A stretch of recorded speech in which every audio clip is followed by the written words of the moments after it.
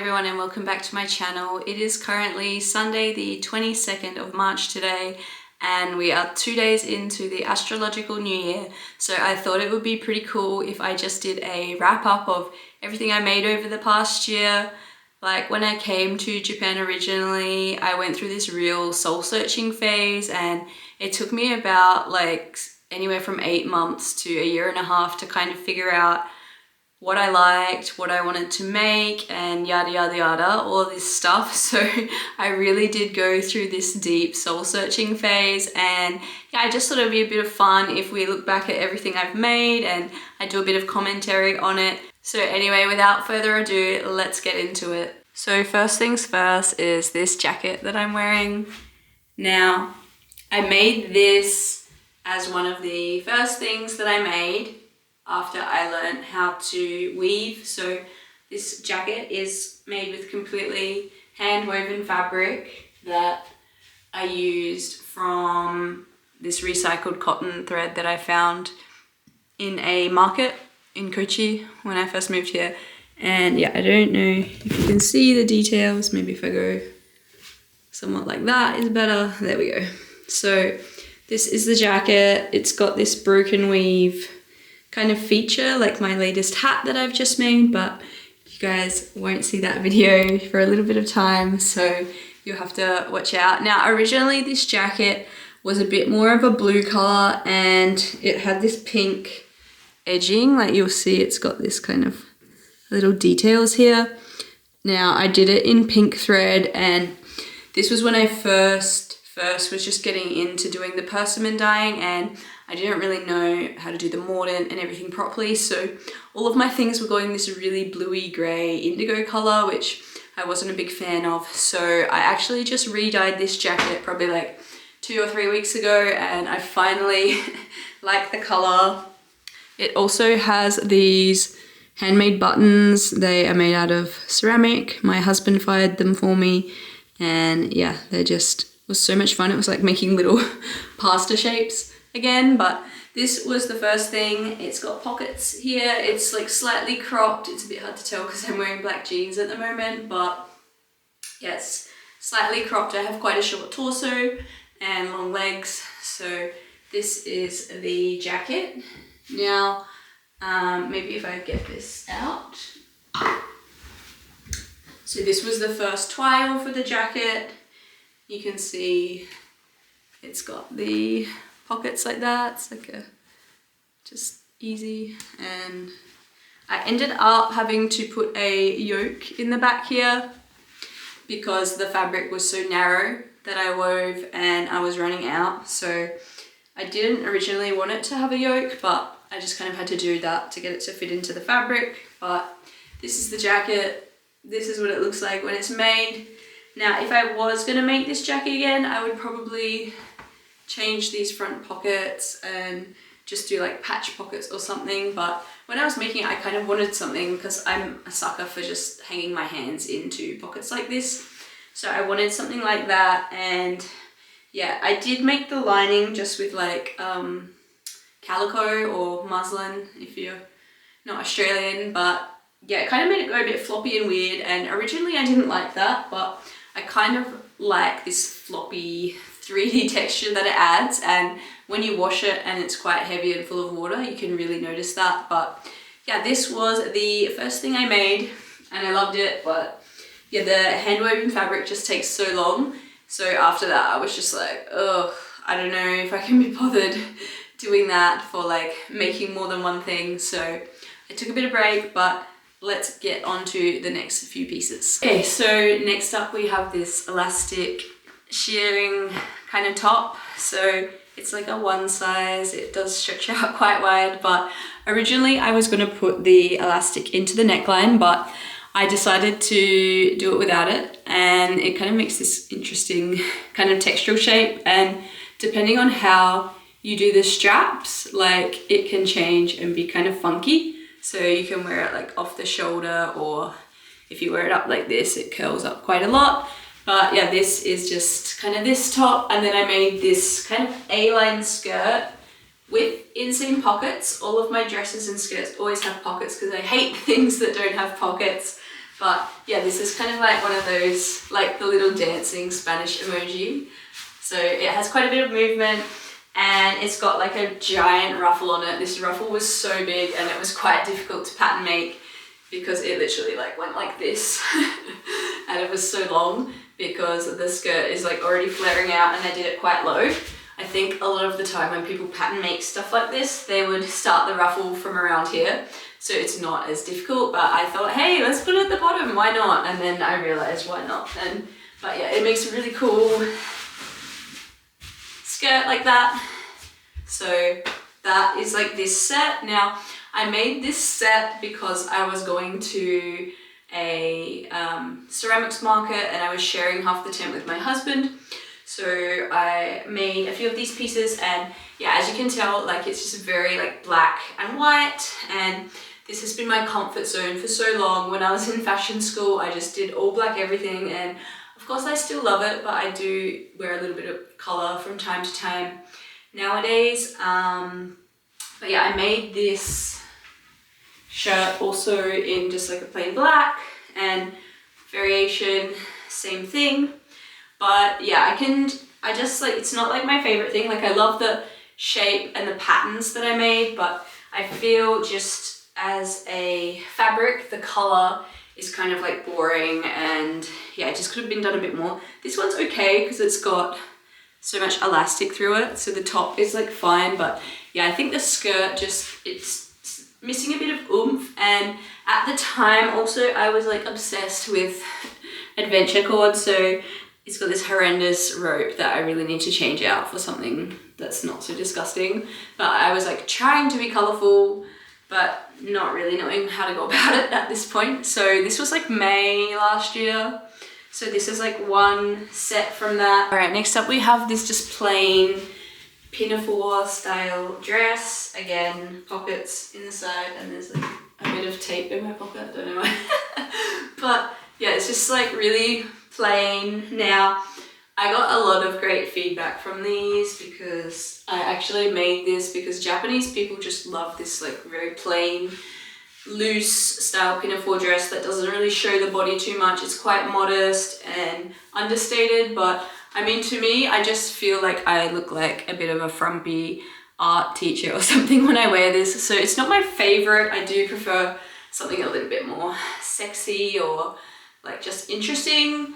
Yeah, I don't know. It's just not my favorite dress, but whenever I wear it, I always get a lot of compliments. I think, again, if the fabric was just more interesting or something, maybe I would like it more. So I don't know, I might try and embellish it or something. But yeah, this is just another piece that I made for the market, and this is when I was just kind of getting too involved in thinking about what would sell rather than what I actually wanted to make, which, I mean, I think you can do that after you've been making for a while, but when you still don't really know your voice or anything, it just kind of is another thing that gets in the way. So now I'm kind of just focusing on things that I actually like and want to make, because if I don't like it, like what's the point of making it? It's like I may as well just work another job I don't like. So yeah, anyway, this is the dress. It's just got like a dart here in the bust, and then it kind of like, the line for the skirt starts here, kind of curves, and it's got a bit of a gather. But yeah, this is kind of it. It's really nice in summertime when it's hot and sweaty, because you don't need to wear a bra with it. You can't even tell that I'm like not wearing a bra at the moment. So it's super, super awesome. Okay, so next up we have this dress that I made to go to Australia. Now it's made from the leftover fabric of my husband's ice dye.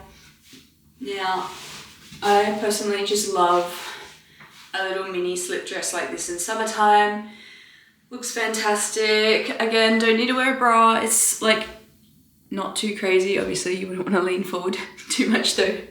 But I just love, I put this like low back detail on it because I just think like the back is just like so beautiful to show off and showcase. And I made it so that it has like these two straps. One is like a halter strap, because if you're like me and you have like quite large boobs, yeah, it's just really, you can have a boob slip on like a wardrobe malfunction at any point in time. So I love the safety of the halter neck. but then also being able to have this quite low and like revealing, because usually you just can't do the two. You'll have like a wardrobe malfunction so easily. But yeah, I just love it. I originally made this out of this kakishibu fabric, and then I was scared to wash it, so I didn't finish it. I actually ended up making this one first. But yeah, this one also has like these soury threads that I've braided as the straps, and yeah, I literally made this in like 2 hours before I was leaving to go to Australia. So it was super quick and easy, and yeah, just to think like for the amount of effort, like just looks awesome, and I love this dress. And now we're moving on to the kakishibu version. So this one actually has a lining, because when you kakishibu dye things, they just go so like hard and stiff and gross. So you can see the shape of this one is a bit more like, it's doing its thing. It's like standing like a Christmas tree. But I don't know, just because it has the lining, it feels a bit more like form-fitting, and the straps and everything don't feel like they're like hanging so low and being quite, I don't feel as exposed in this one, I guess is what I'm trying to say. But yeah, the fabric was originally this like horrendous lilac mauvey kind of color that I hated, so I thought I want to use the fabric up, but I'm never going to wear it if it's that color. So you can see I've done like a kakishibu dye, and it just kind of naturally got this like interesting kind of pattern that happened. And yeah, again, I made this kind of for the Japanese summer, but then got scared to wash it, because the first time I washed it, all of the kakishibu just washed out because I didn't leave it for long enough, and yeah, I was really scared, so I didn't actually end up finishing this until I was going to Australia a couple of weeks ago. But yeah, this is basically this dress, and then just a simple slip dress, great for summer. This is kind of like what I love to live in summer, because especially in Japan, the humidity, you're just sweating from everywhere and anywhere. I don't want to be wearing a bra, and I just want something light and flowy. Okay, next up is probably one of my favorite pieces I made in the last year. I really love workwear, as well as kind of like any of those like outdoor camping, like any of these like elastic with like a steel toggle, like the Prada handbag with the nylon handbag for Prada. I absolutely love those details, so I wanted to put them into my own. The jacket also has some handmade ceramic buttons that, of course, my husband fired for me, and this set is actually made for my husband. So his favorite color is green, and this is the ice dye fabric that I used to make the dress. That was the leftover.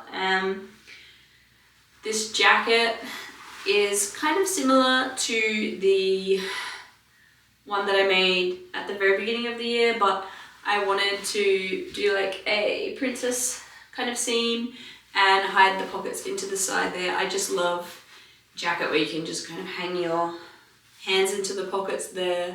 I will just button it up now so you can see a little bit better. But here we go.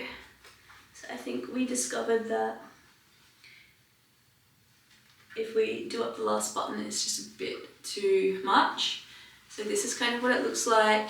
You've got your pockets here, inseam pockets here.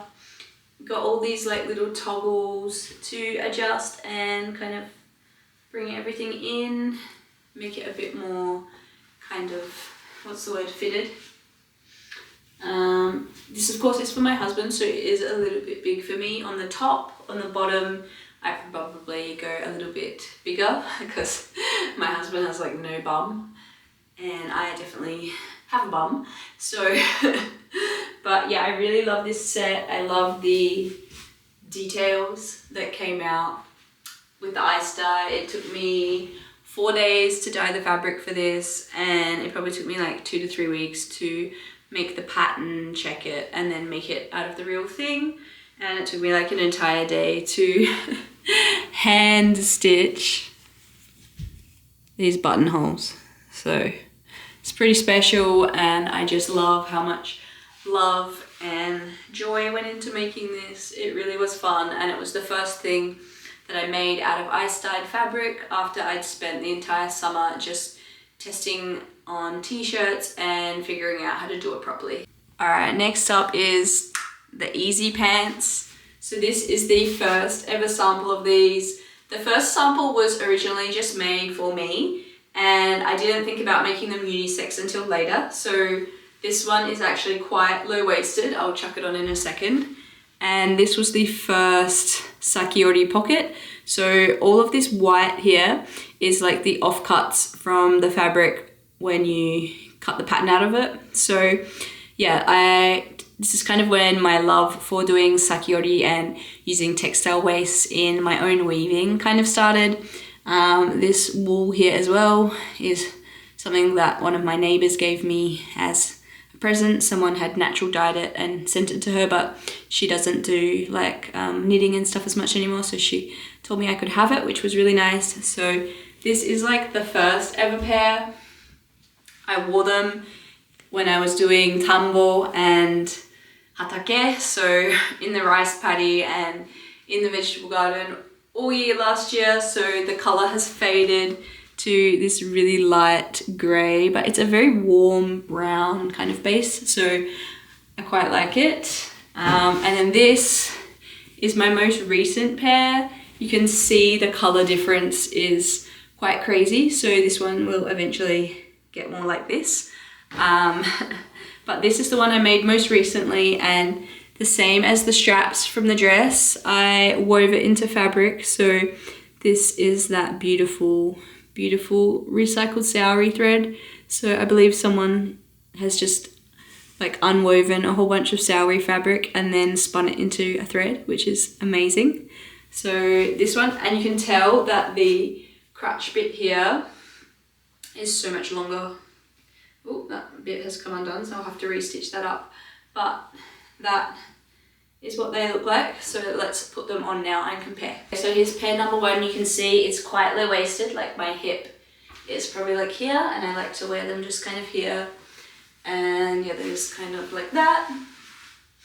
The other pair that's new is exact same, it just is a bit higher because I wanted to make them unisex, and then I thought for men there probably won't be enough space in the crotch area. But originally I did want to make these like a low rise, well not low rise, I guess it's just a little bit below the natural waist. So yeah, I guess they are low rise. But yeah, this is the first pair and I absolutely love them. They're so comfy, and as soon as the weather warms up I will pretty much be living in these every day again. And here is the newer pair. As you can see, a lot higher on the waist. Like these are literally high-waisted because that is exactly at the narrowest part of my waist here, but they definitely make the legs look a lot longer. Again, same with the inseam pockets. That is what the pocket looks like there. So again, these are more of my like going out pair, and the other pair is more like my working in the fields kind of pair. So yeah, super awesome. Okay, so now we are getting into the beanie or the hat portion of the video. So I probably made this beanie in about October last year, and it was my first time crocheting a beanie. Well, actually my second time, because the first one I made, I did it with 7 strands of thread because I wanted to do like some crazy color mixing, and then I went to put it on my head and it felt like I was wearing a rug. Like it was just so big and solid, and it was so heavy that it actually gave me a headache when I put it on my head. So this is kind of the first one that I can wear. I ended up choosing this colorway because I was planting some soramame, which is like broad beans, and the seeds were actually this beautiful, really bright blue color, and then seeing that contrast against the soil was like lovely. And then this is like some wara, or like your hay, so your straw. But yeah, this is like the first thing I ever made out of crochet. I'm pretty happy with the result, and I made it so it's quite long here so that you can wear it quite low at the back, because I get really, really cold ears and neck in the winter time. I'm very sensitive to the wind. So usually most beanies, they kind of end about here, but then you're so exposed. So I made this one like extra long so it can cover everything and you're still pretty good. And yeah, I've pretty much worn it every single day since then, and I'm still having to wear it. So hopefully it'll be April and I won't need to wear a beanie anymore for a while. So that is beanie number 1. Beanie number 2, I just finished this one recently. And again, it was one of those things that I wasn't sure of when I first made it. I was being very hypercritical. I usually don't make things that are like this cute and silly. So I just thought I would experiment and give it a go. It's got this little top knot thing that reminds me of being a Teletubby if you watched that when you were little. And then it was a little bit boring just by itself, so I wanted to add these like 3D flowers that I just made out of chain stitch. But yeah, this is what it looks like, and it's actually grown on me. And funnily enough, this is the hat that I got the most compliments on. I find that sometimes the things that I like the least, people like the most, so it's kind of interesting like that. But personally, I mean, I wouldn't wear this every day, and I prefer the brown one, but it is kind of fun and a bit cute.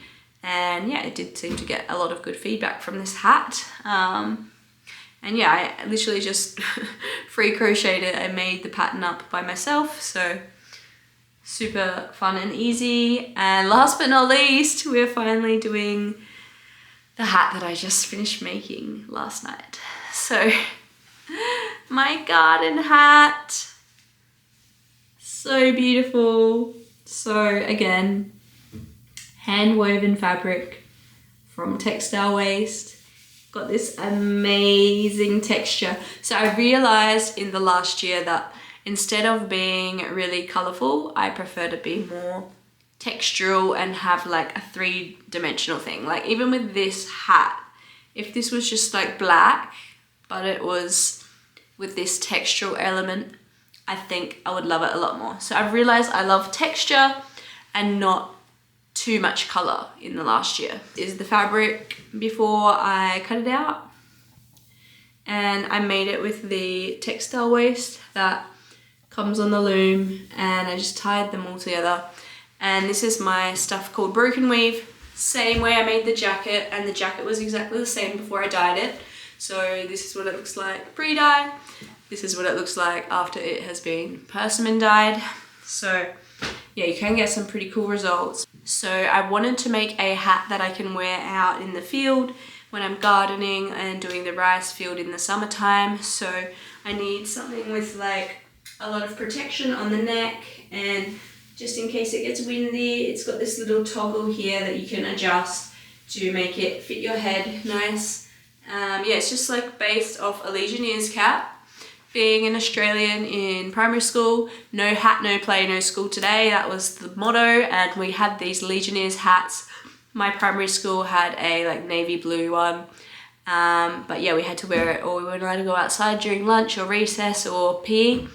So really wanted to make something in that same kind of style, but a bit more adult and kind of cool than like a little kitty hat.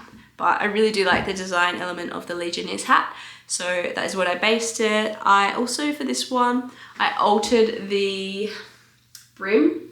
So in a lot of caps, the brim is just like made out of this really hard, it's got like a plastic insert, I believe, and they just stick out and up, kind of like very masculine and like square and like, here, I'm a brim. So sounds a bit crazy talking like that, but I wanted to make this one a bit softer and feminine, so you can see it's got no rigidity in there. You could also fold it up like a little 5-panel, but again, that just kind of reminds me of like a cyclist bro, so I'm gonna avoid that.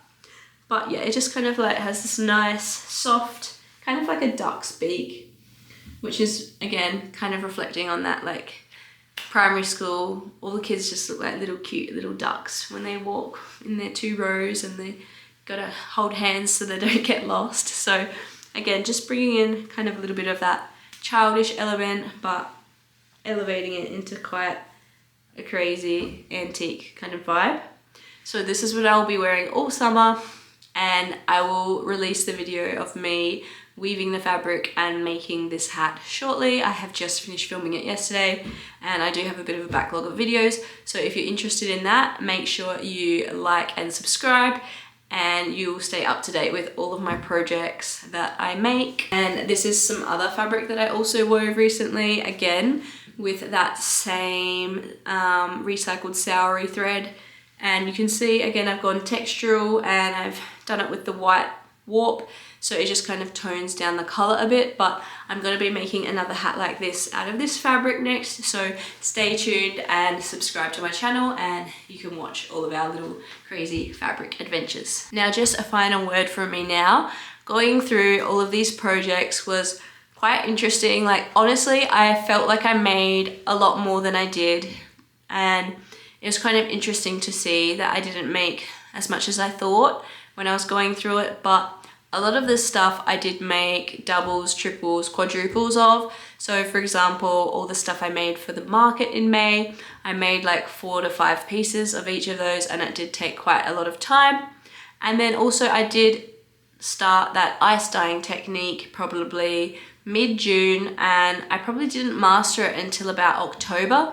So there was like a good 3 or 4 month period where I was just practicing ice dyeing on t-shirts and really kind of just learning that new skill of how to do that and what works, what doesn't work, etc, etc.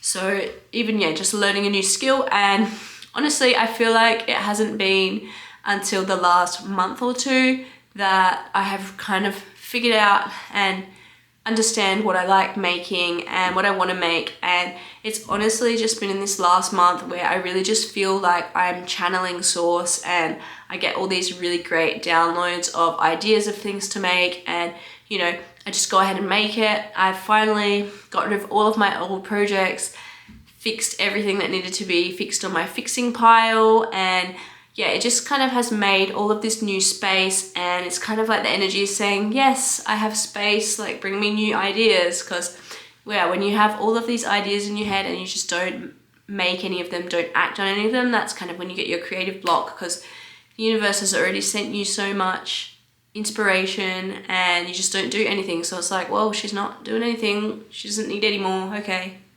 Kind of like that is what I feel anyway with my stuff. So yeah, I'm really, really excited for this new year. I really do feel like I finally figured out what I like making, what works for me, and yeah, I can't wait to continue just making every single day. Like I definitely went through like some phases last year, but I mean, we're in a 9-year and it's only just finished now on March 20th, in my opinion, when the astrological new year happened, because god damn, the first 3 months of this year, the energy was so heavy and so tiring. So I honestly just feel like from here on out is like when all the fun is going to happen. And yeah, I'm only just kind of gotten into the habit of creating every single day. It really is like a muscle. You got to train it every single day and just get into the habit. If you go to the gym every day, you'll eventually get the bod. Same with the making stuff. You just got to get into the practice of every single day, even if you just have the intention of sitting down for 10 to 15 minutes. It's honestly like yoga. Getting to the mat is the hardest thing. Once you're on that mat, then you might end up doing it for like 2-3 hours, but just that first, you just gotta like key in, all right, I'm just gonna do 5 minutes, and then eventually you'll end up sitting there and doing way more. But it's just the thought of like getting there is like kind of what stops a lot of us, or myself anyway. So anyway, I hope you guys enjoyed looking at my projects with me and kind of reflecting on it. Let me know what your favorite piece was in the comments, or if you did like or didn't like any of them. I would love to hear your thoughts and opinions. And as always, if you would like to stay tuned with my projects, feel free to hit that subscribe button, and yeah, we'll see you in the next video. Thank you so much. Bye.